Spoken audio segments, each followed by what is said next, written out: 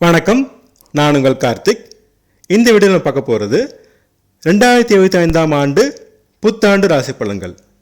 முதலில் 2025இல் இருக்கப் போகின்ற முக்கிய கோள்களின் நிலைகளையும் அவற்றின் பெயர்ச்சிகளையும் பார்க்கலாம். வருட ஆரம்பத்தில் குரு பகவான் ரிஷப ராசியில் இருக்கிறார். மே 14, 2025 அன்று ரிஷப ராசியிலிருந்து மிதுன ராசிக்கு பெயர்ச்சியாகிறார். அக்டோபர் 18ஆம் தேதி குரு பகவான் அதிசாரம் பெற்று கடகராசிக்கு சென்று மீண்டும் டிசம்பர் 5ஆம் தேதி மிதுன ராசிக்கு வருகிறார். சனி பகவான் வருட ஆரம்பத்தில் கும்பராசியில் இருக்கிறார். மார்ச் 29, 2025 அன்று கும்பராசியிலிருந்து மீனராசிக்கு பெயர்ச்சியாகிறார். ராகு பகவான் வருட ஆரம்பத்தில் மீனராசியில் இருக்கிறார். மே 18, 2025 அன்று மீனராசியிலிருந்து கும்பராசிக்கு பெயர்ச்சியாகிறார். அதே போல கேது பகவான் வருட ஆரம்பத்தில் கன்னி ராசியில் இருக்கிறார். மே 18, 2025 அன்று கன்னி ராசியில் இருந்து சிம்ம ராசிக்கு பெயர்ச்சியாகிறார். மார்ச் முதல் மே மாதம் வரை சனி பகவானும் ராகு பகவானும் இணைவு பெறுகிறார்கள். பொதுவாக இது ஒரு நல்ல இணைவு இல்லை. கவனமாக இருக்க வேண்டிய காலமாகும்.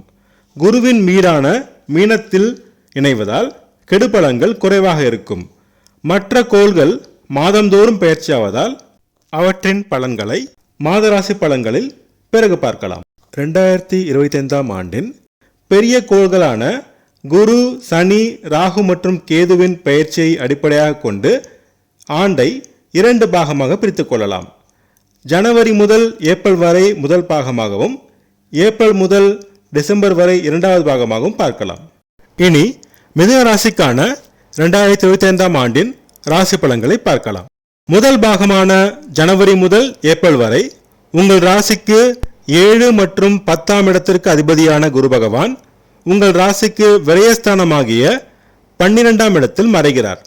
மிதுன ராசிக்கு கேந்திராதிபதி தோஷமுடைய குரு பகவான் 12இல் மறைவது நன்மைதான். சுப விரயங்கள் கொடுப்பார். பார்க்கும் இடங்களின் மூலம் நல்ல பலன்களை வழங்குவார்.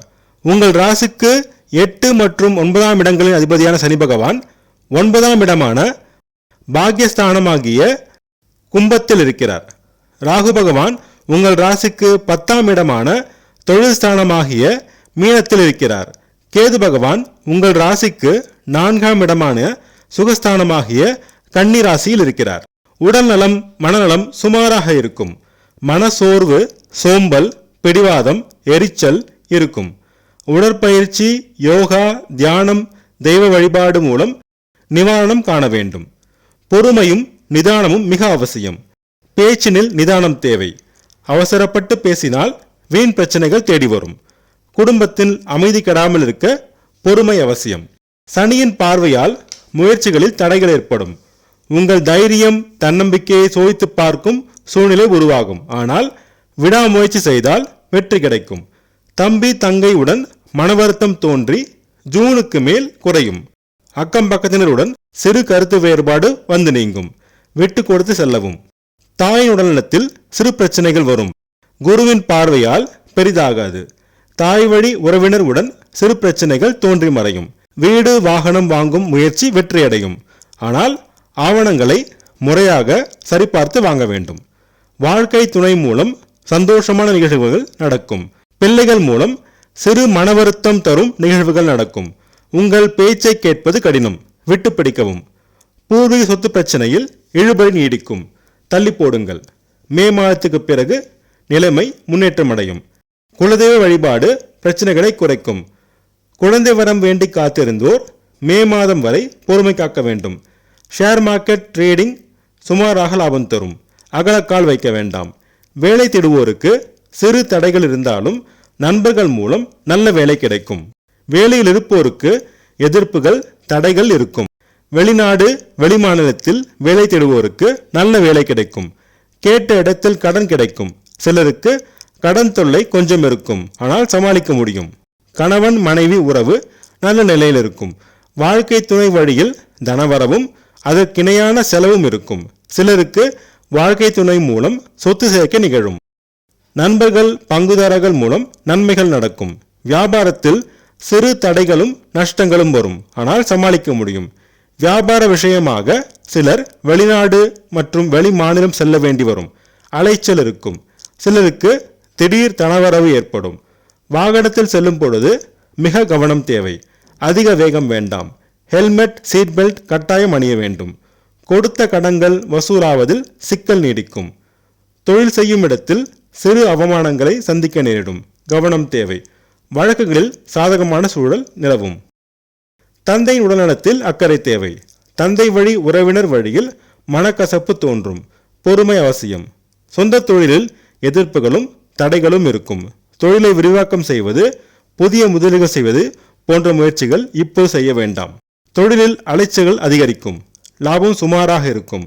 சமுதாயத்தில் மதிப்பு, மரியாதை, அந்தஸ்து சுமாராக இருக்கும். ஜூன் மாதத்துக்கு மேல் சற்று சீரடையும். அரசியல்வாதிகள் இருக்கும் பதவியை தக்க வைத்துக் கொள்ளுங்கள். பள்ளி மாணவர்களும் கல்லூரி மாணவர்களும் முன்னேற்றம் காண்பார்கள். விரயங்கள் அதிகமாக இருக்கும். சொத்து சேர்க்கை, பிள்ளைகளுக்கு கல்வி, திருமணம் போன்ற சுபவிரயமாக மாற்றிக்கொள்ளுங்கள். கணவன் மனைவி தாம்பத்தியம் திருப்திகரமாக இருக்கும். கலைஞர்கள் சுமாரான வாய்ப்புகள் பெறுவார்கள். விவசாயம், கால்நடை வளர்ப்பு சுமாரான லாபம் தரும். மார்ச் முதல் மே வரை சனி மற்றும் ராகு உங்கள் ராசிக்கு 9 மற்றும் 10ஆம் இடங்களில் இணைவதால் அதிக கவனமாக இருக்க வேண்டிய காலமாகும். உங்கள் சுயஜாதகத்தின் படி நல்ல தசாபுத்தி நடந்தால் பெரிய பிரச்சனைகள் இருக்காது. இப்போது ஆண்டின் 2வது பாகமான மே முதல் டிசம்பர் வரை உள்ள கோள்களின் நிலைகளையும் அவற்றின் பலன்களையும் பார்க்கலாம். குரு பகவான் உங்கள் ராசியிலேயே இருக்கப் போகிறார். உங்கள் ராசிக்கு பாதகாதிபதியான குரு பகவான் உங்கள் ராசியில் இருப்பது நல்ல நிலை இல்லை என்றாலும் மாபெரும் இயற்கை சுபர் ராசியில் இருப்பது சிறப்பாகும். மேலும் பார்க்கும் இடங்களின் மூலம் யோகமான பலன்களை வாரி வழங்குவார். சனி பகவான் உங்கள் ராசிக்கு 10ஆம் இடமான தொழில் ஸ்தானமாகிய மீனராசியில் இருக்கிறார். ராகு பகவான் உங்கள் ராசிக்கு 9ஆம் இடமான பாகியஸ்தானமாகிய கும்ப ராசியில் இருப்பார். கேது பகவான் உங்கள் ராசிக்கு 3ஆம் இடமான தைரிய வீரியஸ்தானமாகிய சிம்ம ராசியில் இருப்பார். ராசியில் குரு பகவான் இருப்பதால் மனநலம், உடல்நலம் முன்னேற்றம் அடையும். மனம் புத்துணர்ச்சி பெறும். முகத்தில் பொலிவு பிறக்கும். ராசியில் இருக்கும் குருவிற்கு கேதுவின் பார்வை கிடைப்பதால் ஆன்மீக நாட்டம் அதிகரிக்கும். தெய்வ பக்தி உண்டாகும். குருவும் கேதுவும் 9ஆம் இடத்தையும் பார்வை செய்வதால் புனித தலங்களுக்கு சென்று வருவீர்கள். மகான்கள், சித்தர்களின் தரிசனமும் ஆசியும் கிடைக்கும். மதம் சார்ந்த கடமைகளை நிறைவேற்றுவீர்கள். தந்தை மூலம் அன்பும் ஆதரவும் ஆதாயமும் கிடைக்கும். தந்தையின் உடல்நலத்தில் சிறு பிரச்சனைகள் வரும். ஆனால் குருவின் பார்வையால் பெரிய பாதிப்புகள் இருக்காது. ஆசிரியர்கள், குருமார்களின் ஆசையும் ஆதரவும் கிடைக்கும். தர்ம சிந்தனைகள் மேலோங்கும். தர்ம காரியங்களை முன்னின்று நடத்துவீர்கள். வருடத்தின் கடைசி 3 மாதங்களில் சொந்த தொழிலில் முன்னேற்றம் ஏற்படும். இதுவரை இருந்த பிரச்சனைகள் விலகும். தொழிலில் ஆர்வமும் ஈடுபாடும் அதிகரிக்கும். அலைச்சல் இருக்கும். அதற்கேற்ப முன்னேற்றம் கிடைக்கும். குழந்தை வரம் வேண்டி காத்திருந்தோருக்கு இப்போது கிடைக்கும். பிள்ளைகள் வழியில் மகிழ்ச்சி தரும் சம்பவங்கள் நடைபெறும். ஷேர் மார்க்கெட் ட்ரேடிங் நல்ல லாபம் தரும். அதிர்ஷ்ட வாய்ப்புகள் தேடி வரும். பூர்வீக சொத்து பிரச்சனையில் தீர்ந்து வரவு கிடைக்கும். குடும்பத்தில் அமைதியான சூழ்நிலை நிலவும். முயற்சிகள் வெற்றி கிடைக்கும்.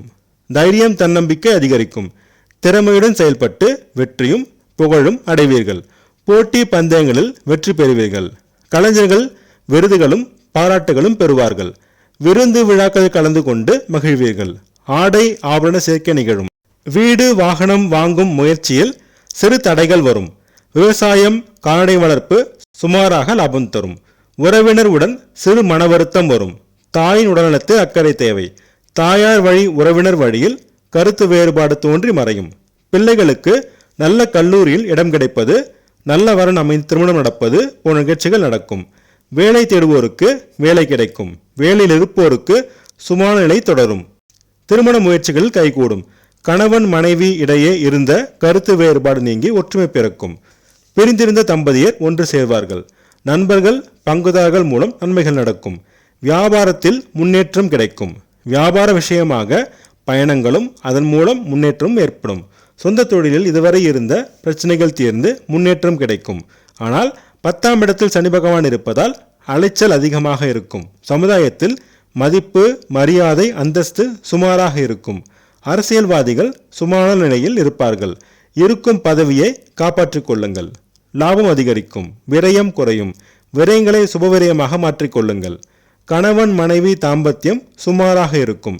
வெளிநாடு வேலை தேடுவோர் மற்றும் வெளிநாடு குடியுரிமைக்கு முயற்சி செய்வோருக்கு தடைகள் இருக்கும். பள்ளி மாணவர்களுக்கு ஞாபக மறதி, படிப்பில் கவனமின்மை போன்ற பிரச்சனைகள் இருக்கும். கடின முயற்சி செய்தால் வெற்றி கிடைக்கும். கல்லூரி மாணவர்கள் முன்னேற்றம் அடைவார்கள். ஆராய்ச்சி மாணவர்கள் புதிய விதமான யுக்தியும் அணுகுமுறையும் மேற்கொண்டு வெற்றி காண்பார்கள். மொத்தத்தில் 2025ஆம் ஆண்டு மிதுன ராசிக்கு கடின முயற்சியும் தன்னம்பிக்கையும் கொண்டு உழைக்க வேண்டிய சுமாரான வருடமாகும். அஷ்டமான நிறங்கள் பச்சை மற்றும் வெள்ளை. அஷ்டமான எண்கள் 5 மற்றும் 6. வெள்ளிக்கிழமை தோறும் துர்க்கையம்மனையும் சனிக்கிழமை தோறும் சனி பகவானையும் வழிபட்டு வர தடைகள் நீங்கி அதிர்ஷ்டமான வாய்ப்புகள் கிடைக்கும். நான் சொன்ன ராசி படங்கள் உங்களுக்கு பிடிச்சிருந்தா அந்த சேனலை சப்ஸ்கிரைப் பண்ணுங்கள், ஷேர் பண்ணுங்கள், கமெண்ட் பண்ணுங்கள். உங்கள் ஜாதகத்துக்கு படங்கள் பார்க்க, ஜாதக பொருத்தம் பார்க்க ஸ்க்ரீனில் கொடுத்துருக்க இமெயில் ஐடியோ அல்லது ஃபோன் நம்பரையோ காண்டாக்ட் பண்ணுங்கள்.